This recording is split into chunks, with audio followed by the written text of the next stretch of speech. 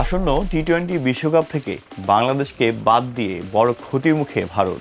British সংবাদ মাধ্যম guardian জানিয়েছে, খেলাধুলায় রাজনীতির অনুপ্রবেশ নিয়ে আন্তর্জাতিক অলিম্পিক কমিটি অর্থাৎ আইওসি কড়া মনোভাবই ভারতের জন্য চিন্তার কারণ হয়ে দাঁড়িয়েছে। আইপিএলে কলকাতা নাইট রাইডার্স থেকে বাংলাদেশের পেসার মোস্তাফিজুর রহমানকে বাদ দেয়াকে কেন্দ্র করে ঘটনার সূত্রপাত। বিষয়টি শেষ পর্যন্ত দুই দেশের রাজনৈতিক টানাপোড়েনে রূপ নেয়। ভারতে নিরাপত্তা শঙ্কায় টি-20 বিশ্বকাপ না খেলার কথা জানিয়ে আইসিসিকে ভেন্যু বদলের কথা জানান বিসিবি, কিন্তু বাংলাদেশকে পূর্বসূচি অনুযায়ী ভারতেই খেলতে হবে বলে জানায় আইসিসি। বাংলাদেশও নিজেদের অবস্থানে অনড় থাকায় তাদের বাদ দিয়ে বিশ্বকাপে স্কটল্যান্ডকে অন্তর্ভুক্ত করে আইসিসি। আগামী 7 ফেব্রুয়ারি শুরু হতে যাওয়া টি-20 বিশ্বকাপের আয়োজক দেশ ভারত ও শ্রীলঙ্কা।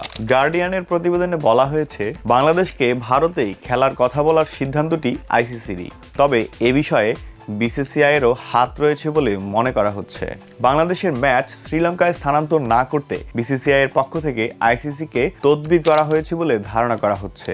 গার্ডিয়ানের প্রতিবেদনে লেখা হয়, আইসিসি কাগজে কলমে স্বাধীন হলেও ভারতের পক্ষে সিদ্ধান্ত নেওয়ার ইতিহাস তাদের পুরনো। 2024 বিশ্বকাপে আর্থিক ও সম্প্রচার সত্ত্বের খাতিরে ভারতকে গায়ানায় সেমিফাইনাল খেলার আগাম নিশ্চয়তা দেওয়া হয়েছিল, যা নিয়ে বেশ সমালোচনাও হয়।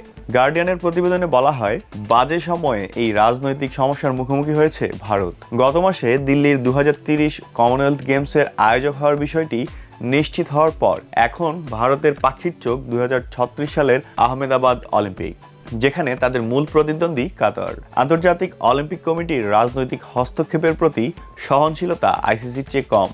অন্য দেশগুলো বয়কট করতে পারে এমন কোনো ঝুঁকি থাকলে ভারতকে গেমস আয়োজনের দায়িত্ব দেওয়াটা আইওসির জন্য প্রায় অকল্পনীয়।